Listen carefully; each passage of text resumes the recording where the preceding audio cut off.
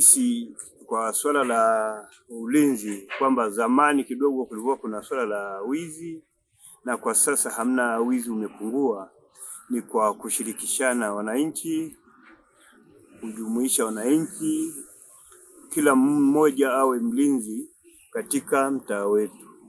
Kwanza tumeanzisha kikundi cha sungusungu ambaye pia ilikuwepo, lakini kulikuwa kuna namna ambaye kwa tunalinda. Kwa sasa hivi tumebadilisha kidogo, tumeongeza na vijana ambao wanatembea usiku kwa ajili ya kupambana na uhalifu. Kitu tulichokifanya mpaka uwizi uweze kushuka tangu uongozi huu ulipoingia, tumeshirikiana na wananchi kudumisha ulinzi na usalama katika mtaa wetu, na mpaka sasa matokeo yake tunayaona ndani ya muda mfupi.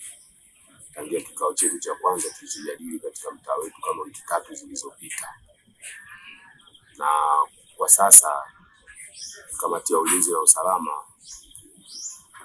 kuna baadhi ya mambo ambayo tulishayapanga na tunajaribu kuyatekeleza kwa siku baada ya siku, na tofauti tunaiona sisi wenyewe na wananchi pia wanakiri kwa hali jinsi ilivyo. Kulikuwa na kikao kati yetu sisi kamati ya ulinzi na usalama, polisi kata, mwenyekiti wa mtaa, mtendaji wa mtaa na wajumbe wao, ili kupanga mikakati ambayo tuliwapa sisi kama kamati ya ulinzi na usalama. Na wao tulijadiliana wote kwa pamoja, tukapata azimio moja kwamba vijana wote waliokuwa kwenye mtaa huu ya kutoka usiku kama sasa hivi tunavyofanya, huo ni muendelezo baina yetu sisi na vijana. Nadhani Jumapili inayokuja tutakutana wote kati ya vijana na waendesha bodaboda wote, tuweke mikakati ya pamoja, kwa sababu ulinzi ni nguvu kazi ya vijana. Kwa kweli hali ya wizi ya zamani na ya sasa kuna utofauti.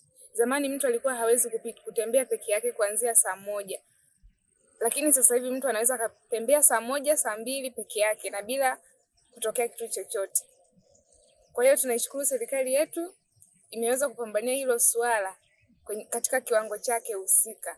Watu kipindi cha nyuma walikuwa wanashindwa kufanya shughuli kuzidi muda wa kufika usiku, kwa sababu kila ikifika usiku kunatokea majanga haya na haya, huyu kachomwa visu, huyu kafanya nini. Ila yote ni kwa sababu ya nini? Vijana kukosa kazi. Hivyo basi baada ya kuingia uongozi mpya, walijitahidi sana kuwaombea vijana mikopo serikalini ili waweze kuwakopesha na waweze kufanya shughuli mbalimbali. Na katika ile ambao wanapewa, vijana walikuwa wanaangalia ni biashara gani watafanya, biashara gani wanaweza wakafanya. Vijana wengi walikuwa wanazagaa mtaani, wanaonekana kwa wingi. Kwa sasa tunavyoona vijana wengi kila mmoja yuko na shughuli zake, shughuli mbalimbali. Basi viongozi wamejitahidi sana kuwasaidia vijana kuepusha pia, kwa sababu pia wizi sio mzuri, kwa sababu siku ukiiba ukikamatwa watu wanakufanyia kitendo kibaya. Kwa hiyo hali ya sasa ya wizi na ya zamani ni tofauti, imebadilika, na viongozi wanajitahidi, wanataka kutokomeza kabisa wizi kwenye mtaa wetu. Hivyo basi ningependa kuwashukuru sana viongozi wetu wa mtaa kwa kazi kubwa walioifanya.